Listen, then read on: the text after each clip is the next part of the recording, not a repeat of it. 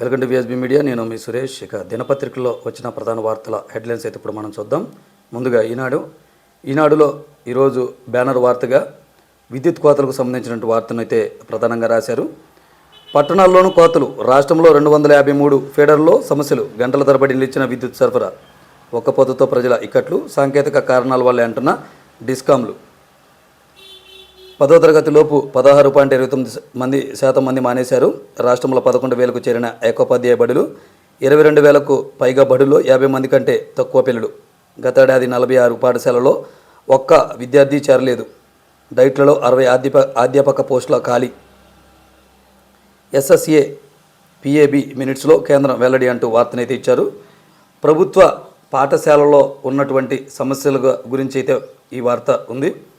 అదేవిధంగా ఈసారి బ్యాంకు ఖాతాల్లోనే పింఛన్లు, వృద్ధులకు అవస్థలు తప్పనట్లే అంటూ ఇక్కడ వార్తను ఇచ్చారు. సచివాలయ సిబ్బంది ఉన్నప్పటికీ కూడా బ్యాంకులోనే పెన్షన్లు తీసుకునే విధంగా ప్రభుత్వం వ్యవహరిస్తుందంటూ ఈ కథనం యొక్క ఉద్దేశం. ఇక విమానానికి బాంబు బెదిరింపు అంటూ మరొక వార్తనైతే హైలైట్ చేశారు.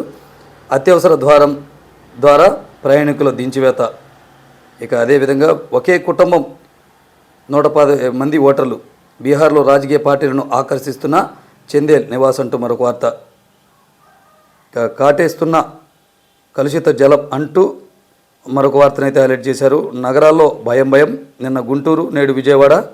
తుప్పుపట్టిన పైపులే కారణం, ప్రాణాలు పోతున్న యంత్రాంగం మొద్దు నిద్ర అంటూ ప్రధానంగా వార్తను హైలైట్ చేశారు. ఇక అలా ఉపశమనం, ఇలా ప్రత్యక్షం అంటూ పిన్నెల్లి రామకృష్ణారెడ్డికి సంబంధించినటువంటి వార్తనైతే ఇక్కడ వారు ఇచ్చారు. నరసరావుపేటకు వచ్చిన పిన్నెల్లి రామకృష్ణారెడ్డి హైకోర్టు ఉత్తర్వులు ఇచ్చిన గంటల వ్యవధిలోనే రాక. ఎస్పీ మల్లికా ఖార్గే ఎదుట 12 గంటలకు హాజరు. ఇన్నాళ్ళు ఆయన్ను పట్టుకోలేని పోలీసులు అంటూ వార్తనైతే ప్రధానంగా ఇచ్చారు. అదేవిధంగా ఓట్ల లెక్కింపునకు పకడ్బందీ ఏర్పాట్లు, పల్నాడులో స్ట్రాంగ్ రూమ్ లెక్కింపు కేంద్రాలు పరిశీలించిన CEO DGP అంటూ వార్త. ఇక 100 కోట్ల విలువైన మాన్సర్ భూమిపై కన్ను, నిషేధిత జాబితా నుంచి తొలగించాలని అర్జీ. 2 ఏళ్ల క్రితం తిరస్కరించిన దేవాదాయ కమిషనర్, అయినా ఆ శాఖ మంత్రి వద్ద ఫిబ్రవరిలో అప్పీలు. ఎలాగైనా NOC ఇచ్చేందుకు విశ్వ ప్రయత్నాలు, తెర వెనుక ఆ కీలక అమాత్యుడి సహకారం అంటూ ఒక ప్రత్యేక వార్తనైతే రాశారు.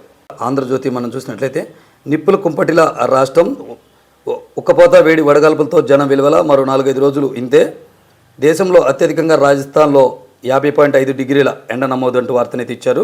ఇక బ్యానర్ వార్తగా విద్యుత్ ఛార్జీల గురించి అయితే ప్రధాన వార్తగా రాశారు. 10,000 కోట్ల పవర్ షాక్, ERCకి ప్రతిపాదించిన డిస్కాంలు, ఫలితాలకు ముందు మరో బాధుడికి రెడీ. 4 ఏళ్లలో జనం నెత్తిన భారం 72.988 కోట్లంటూ వార్తనైతే ఇచ్చారు. ఇక జవహర్ రెడ్డి సర్వభ్రష్టత్వం, CS గా కెరీర్ చివరిలో మరకలు, అంతకుముందు వివాదరహితంగానే విధులు, జగన్ సేవలోకి వచ్చాక మారిన తీరు, మన్యంలో కుమారుడి మైనింగ్ దందా, మెడకు చుట్టుకున్న విశాఖ భూముల స్కామ్, భారీగా చేతులు మారిన అసైన్డ్ భూములు, చోట్రోజ్తో CSకు సంబంధంపై చర్చ, ఎన్నికల వేళ మితిమీరిన జగన్ భక్తి, అస్మదీయులకు IAS కోసం ఆరాటం అంటూ ప్రధాన వార్తనైతే రాశారనమాట. ఇక అదేవిధంగా మనం మరొక వార్త మనం చూసినట్లయితే కొనలేం తినలేం, అమాంతంగా పెరిగిన కూరగాయల ధరలు. రాష్ట్రంలో కూరగాయల ధరల గురించి అయితే ప్రధానంగా ఈ వార్త ఉంది. ఏ కూరగాయ కొనాలన్నా కిలో 50 రూపాయలకు తక్కువేమీ లేదు. బహిరంగ మార్కెట్లో టమాటా రేట్ అయితే 70 నుంచి 80 రూపాయల వరకు అయితే ఉంది. ఇక వంకాయలది కూడా అదే దారి. బీన్స్ 150 పైమాటే. రైతు బజార్లో కాస్త నయం, కానీ మీకు ప్రైవేటు దుకాణాల్లో అయితే మరీ పరిస్థితి దారుణంగా అయితే ఉంది. అలాగే తెగుళ్ళు, అకాల వర్షంతో దెబ్బతినటం వల్ల కూరగాయ రేట్లకు అమాంతం రెక్కలు వచ్చాయని చెప్పవచ్చు. ఇక రోడ్ల రక్తదానికి అంతేది. రాష్ట్రంలో రోజుకు 50 ప్రమాదాలు, 20 మరణాలు. ధ్వంసమైన రోడ్లు, అతివేగం, నిర్లక్ష్యమే కారణాలు. అయిన వారిని కోల్పోయి విషాదాల్లో కుటుంబాలు. రోడ్డు ప్రమాదాల కట్టడికి చర్యలు చేపట్టిన ప్రభుత్వం అంటూ వార్తనైతే హైలైట్ చేశారు. ఇక గ్రానైట్ క్వారీ కూలి 27 మంది మృతి అంటూ మరొక వార్త. హైకోర్టు జడ్జి ఫోన్ పైన నిఘా, BRS గెలుపు కోసం ఆపరేషన్. రేవంత్ సోదరులు కొండలరెడ్డి ఫోన్ ట్యాప్, నిత్యం 40 నంబర్ల ట్యాపింగ్. కాంగ్రెస్ BJP నేతల డబ్బు పట్టుకోవడమే లక్ష్యం. కోట్లలో డబ్బు సీజ్. టాస్క్ ఫోర్స్ వాహనాల్లోనే విరాళాల సొమ్ము. కేసీఆర్ ప్రణాళికలు బట్టబయలంటూ మరొక వార్తనైతే ఇచ్చారు. ఇక రోజు SP ఆఫీసులో హాజరు కావాలని పిన్నెలికి హైకోర్టు ఆదేశాన్ని అయితే జారీ చేసింది. ఇదే వార్తనైతే ప్రధానంగా హైలైట్ చేశారు. ఇక రాష్ట్రంలో బ్రీడర్ రియాక్టర్ దాని ఏర్పాటుతో ముప్పు లేదన్న కేంద్రం. తీరంలో 625 హెక్టార్ల భూమి చాలు, దానికి దూరంగా వేరే చోట అయితే 960 హెక్టార్లు కావాలి. సిబ్బందికి టౌన్షిప్ కోసం ఇంకో 125 హెక్టార్లు. సిఎస్కు అణుశక్తి సంస్థ లేక అన్ని రాష్ట్రాల్లోనూ ప్లాంట్లు ఏర్పాట్లకు సూచన అంటూ వార్తనైతే ఇచ్చారు. ఇక సాక్షిలో ఈరోజు బ్యానర్ వార్తగా పోస్టల్ బ్యాలెట్ ఓట్లు లెక్కింపు విధానం గురించి అయితే వార్తనైతే ప్రధానంగా హైలైట్ చేశారు. ఈ సడలింపులు పచ్చసిరాతో పోస్టల్ బ్యాలెట్ ఆమోదంపై గత ఏడాది జూలై 19న కేంద్ర ఎన్నికల సంఘం స్పష్టమైన మార్గదర్శకాలు, దేశవ్యాప్తంగా అవే అమలు కూడా. అయితే కానీ డిక్లరేషన్ ఫారంపై అటెస్టింగ్ అధికారి స్టాంపు లేకపోయినా సంతకం ఉంటే చాలు, ఆమోదించాలని టీడీపీ విజ్ఞప్తి. ఆ మేరకు సడలింపు ఇస్తూ ఈ నెల 25న రాష్ట్ర ఎన్నికల ప్రధాన అధికారి ఉత్తర్వులు. అటెస్టింగ్ ఆఫీసర్ సంతకంపై అనుమానాలు వస్తే ఆర్ఓ జిల్లా ఎన్నికల అధికారి వద్ద సంతకంతో సరిపోల్చుకోవాలని ఆదేశాలు. ఇది పోస్టల్ బ్యాలెట్ల లెక్కింపు సమయంలో వివాదాలకు దారితీస్తుందంటున్న రాజకీయ పక్షాలు. శాంతి భద్రతల సమస్యగా పరిగణిస్తుందంటూ ఆందోళన. రాష్ట్ర ఎన్నికల సంఘం మరి ఇంత పచ్చపాతంపై విస్మయం అంటూ ఒక వార్త ప్రధానంగా బ్యానర్ వార్తగా అయితే వార్త రాశారు. ఇక 3 కేసుల్లో పిన్నెలకి ముందస్తు బెయిల్, ఫలించని పచ్చ బ్యాచ్ పోలీసుల కుట్రలు అంటూ మరొక వార్తనైతే ఇచ్చారు.